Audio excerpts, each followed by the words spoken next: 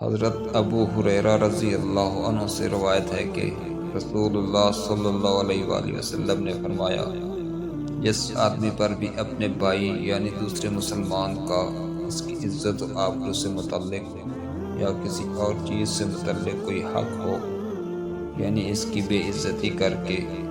یا کوئی اور زیادتی کر کے اس پر ظلم کیا ہو، اس کو چاہیے کہ آج ہی یعنی دنیا میں اس کا ازالہ کر کے حق ادا کر دے،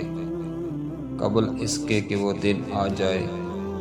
جس میں ازالہ کے لیے کسی کے پاس دینار و درہم نہیں ہوں گے، اور ازالے کے لیے اس کی نیکیاں لے کر مظلوم کو دے دی جائیں گی۔ اگر اس کی نیکیاں نہیں ہوں گی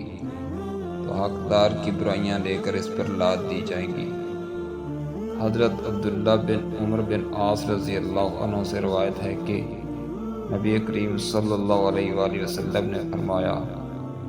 مسلمان وہ ہے جس کی زبان اور ہاتھ سے دوسرے مسلمان محفوظ رہیں، اور مہاجر وہ ہے جو اللہ کی منع کی ہوئی چیزوں کو چھوڑ دے۔